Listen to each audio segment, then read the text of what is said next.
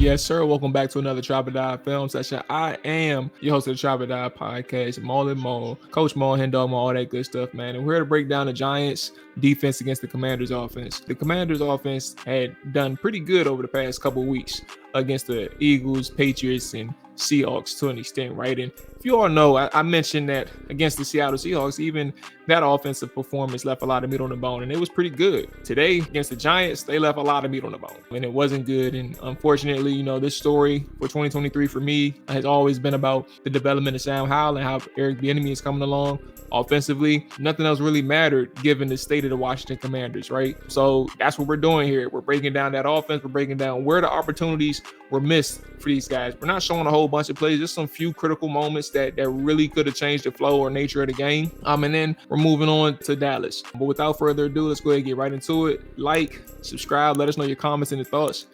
And let's get into the Trap or Die film session.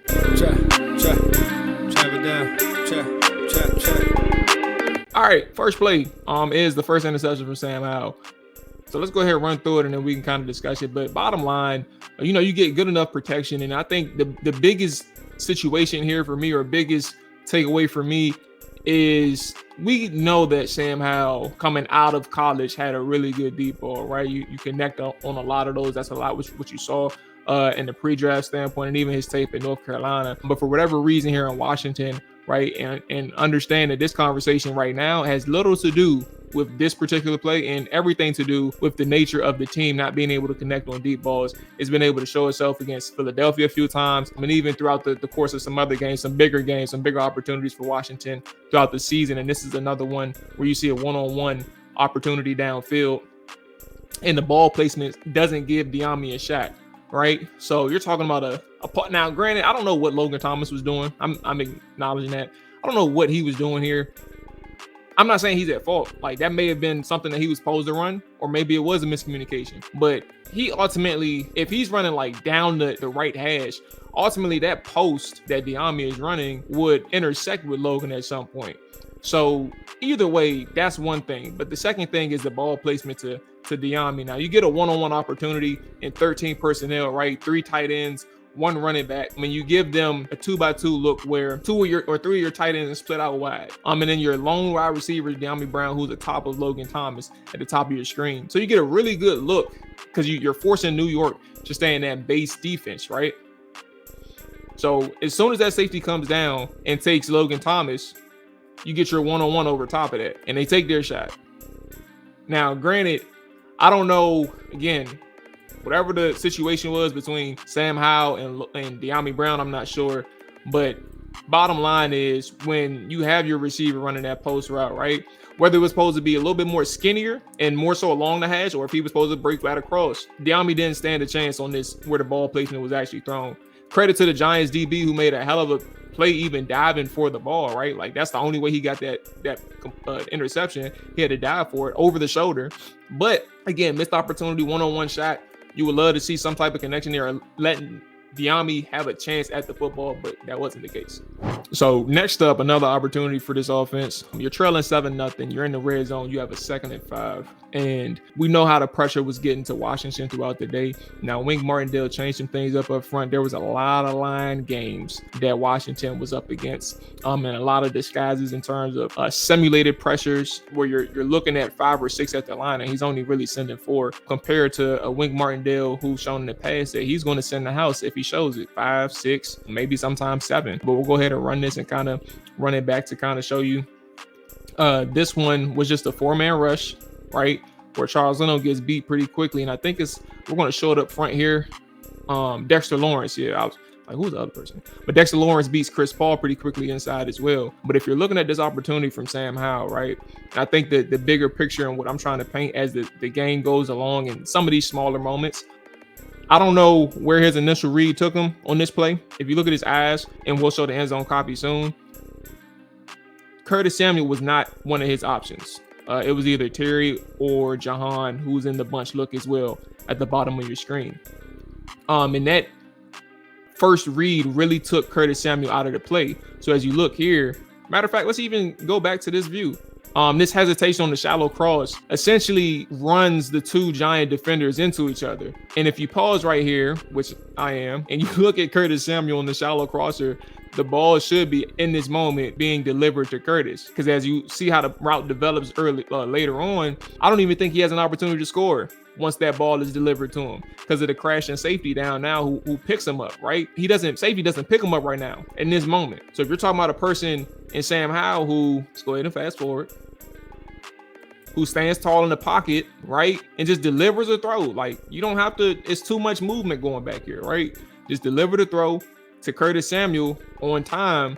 And you're talking about a person, while he may have gotten hit, the ball is out of his hands already.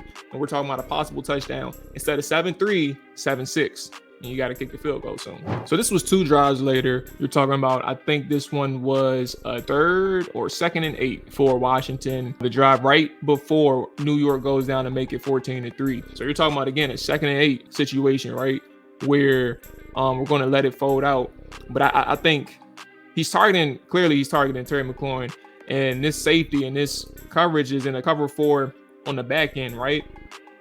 And for Washington, and over the last 3 weeks, Howell has done a really good job. Like the biggest thing that I even complimented, you can go back to last week's episode with Linnell Winningham on the Tuesday show. But the biggest thing with Sam Howell over these past couple of weeks was his ability to navigate coverages and understand when he has too much time, or when he has enough time, or when he doesn't have too much time, or if his read isn't available from the coverage that he's processing, check it down. 2nd and 8. I remind you, after John Bates goes out and gives his block on 24 at the bottom of your screen, 2nd and 8. He's right there for you. Again, we're talking about a person in Sam Howell who's shown over the past 3 weeks that he's capable of understanding what he's seeing. And in the 2nd and 8 instance, where you just want to keep positive momentum going for your offense, especially as slow as you started this game, your check down is right there. Let him pick up 2 or 3 yards and maybe even more. But now you're talking about a very favorable 3rd down and the drive stays alive. Now you're in the 3rd and long, 3rd and 8, and then Dexter Lawrence wins the very next play and gets a sack on your team, and now you're forcing to punt it, and then you're ultimately down 14-3. All right, so Washington gets the ball back in this moment. I think they're down 14-9, right? But you have an opportunity with 1:10 left on the clock to go down, put some points on the board, whether it be a field goal or a touchdown. And here's the second play where Pringle loses 2 yards. You're back at the line of scrimmage, and you snap the ball with around 45 seconds left. And then this happens, right? So now, context-wise, Washington has been running the slant flat combo to death in the first half. They ran it probably about 4 times before this play, right?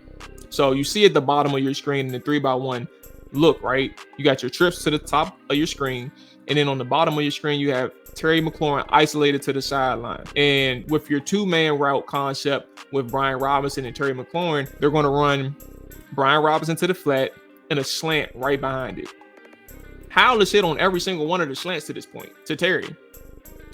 So for whatever reason, at the top of his drop, he doesn't throw the football. And for God knows whatever reason, he didn't throw the football. But the slant is there behind the linebacker or the person moving out for Brian Robinson. I would imagine the only reason why he holds back is because he sees 44 crashing, and he maybe thinks that 44 can make a good break on the ball, and that scares him off.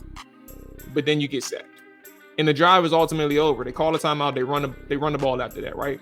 So right here on the front end, again, we showed you that the ball should have been out, right? But now you have Isaiah Simmons. I think of Xavier McKinney, Isaiah Simmons, don't matter. Isaiah Simmons, right, runs a loop across the formation, across the offensive line to Charles Leno's side, right?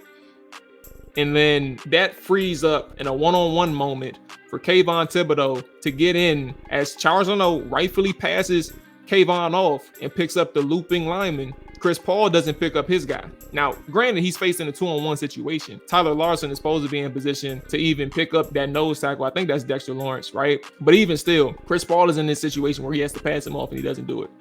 And Kayvon just comes through free, drives over. So you're talking about a moment for Washington where you're looking at a possible first down, maybe just the drive is moving, positive gains, and you're in an opportunity at a position where you can score in the 2 minutes. You get the ball back at halftime, and then lo and behold, you can't do anything because the sack ends the drive, and now you're going into halftime down 5. Now this one bothered me a lot. This one bothered me a lot because why are we throwing to Logan Thomas in this situation? Now, I give credit to Sam Howell because Sam Howell said it 1,000 times. He doesn't care who's out there on the field. He believes in all his guys. He's shown that through tape. He believes in every single one of his receivers who's out there on the field. So I respect that. I don't hate it. I don't want Logan Thomas getting those targets. I don't care. I don't want that. But point being, man, you're looking at a cover 6 situation. Again, I mentioned to you earlier exactly where John Bates was when he came off the chip and release, right? He released into the flats on that 2nd and 8 situation, I believe it was. And you're talking about a person who got you at least 5 or 6, right? Now we're looking at another instance where it's 1st and 10, and Washington is still in a position to move the ball and have positive yards. Maybe even a first down if he chooses John Bates, who's open in the middle of the field, splitting between the linebacker and then the moving defender who's trying to check. I think that's Cole Turner that's releasing to the flats, right? So look where he's set. He hasn't even thrown the ball yet to Logan Thomas. You have 2 options on your 1st and 2nd level, and we're talking about a person who's really going for the gusto and throwing for Logan Thomas instead of, throwing for Logan Thomas instead of taking what the defense gives him. So now from a 1st and 10 to a 2nd and 10, where you could have been at a 1st and 10 again if you just threw it to John Bates. You got a first down. And lastly, the 2nd interception from Sam Howell. And shout out to Jahan Dotson, who made an excellent play, processing very quickly that Sam Howell had to escape the pocket, right? Wing Martindale sent the overload to the left side. He's flushed out to the right. I mean, Jahan Dotson was the only one who really saw that and made a play for him downfield, created opportunity for him to throw the ball to him. Look at the top of your screen, top right. Jahan Dotson did an excellent job creating separation, working back towards the sideline. He's wide open by at least 6 yards. He did an excellent job on this play for Sam Howell. The only thing here that I have a problem with is you would like to see Sam Howell show like he knows that there's pressure on his back. And what that means, and I even said this on the broadcast, you don't have time to set your feet and make that throw, right?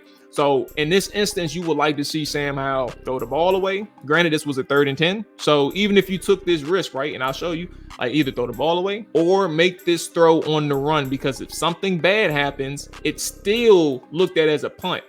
But you have a better opportunity of completing this pass if you try and throw it on the run. Now, I don't know if Sam Howell didn't trust his arm or if he didn't feel the pressure on his back, which I lean that he didn't feel the pressure on his back and he only saw Dexter Lawrence in front of him.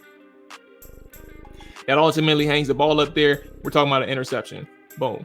Play over, drive over. So look, that's going to wrap it up for the film session. Again, missed opportunities for the Washington Commanders offense. There were several more, and let's take into account they had 6 turnovers on the day. Washington's offense had 5. Like, obviously, what I showed in this film session doesn't encapsulate the entire day that the team had, right? It doesn't encapsulate the entire day that the offense had. There was still some slightly good moments, but from an overall standpoint, 5 turnovers don't help you. But then you look at the offensive side of football from a quarterback standpoint, production standpoint. He was in Sam Howell, had some opportunities that he left on the table, that he hesitated on, or that he was too aggressive and wasn't really mature in a situation where his team needed him to be mature. And what I mean by that is like taking what the defense gives him. And even if he was confused, like who knows? We'll see we'll cross that bridge when we get there. But take what the defense gives you sometimes, man. You don't have to be the hero. Obviously, the offensive line was one thing too. Chris Paul struggled all day, in my opinion, with picking up stunts. The Giants had a field day on them. I think the book may be out for other teams down the line, especially the Dallas Cowboys coming up. But that being said, man, that's going to wrap it up for us. Appreciate y'all for listening and watching. If you got your comments, let us know in the chat. But that's going to wrap it up for us, man. We out here. Peace.